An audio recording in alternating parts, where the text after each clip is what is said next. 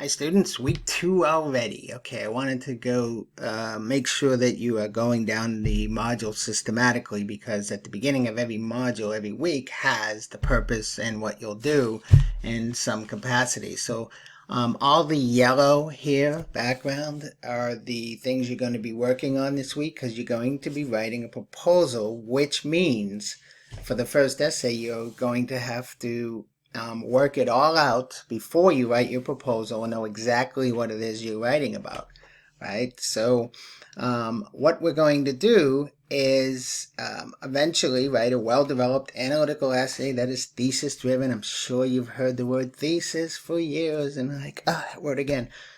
But what we will do is write a proposal first, and you will do 3 peer reviews on the proposals.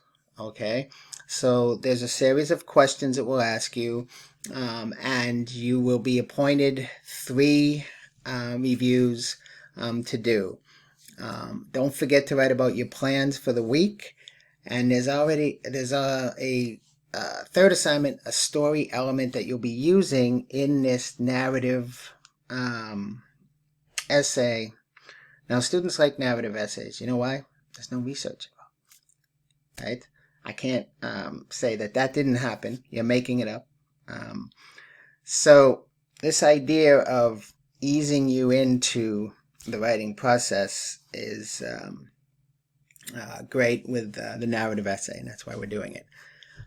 Okay, so modules, step by step, right? Click on the modules. Forget about the to-do list over there because it's not going to give you any of the schedules. Look at this. I hope you're not looking at this for the first time.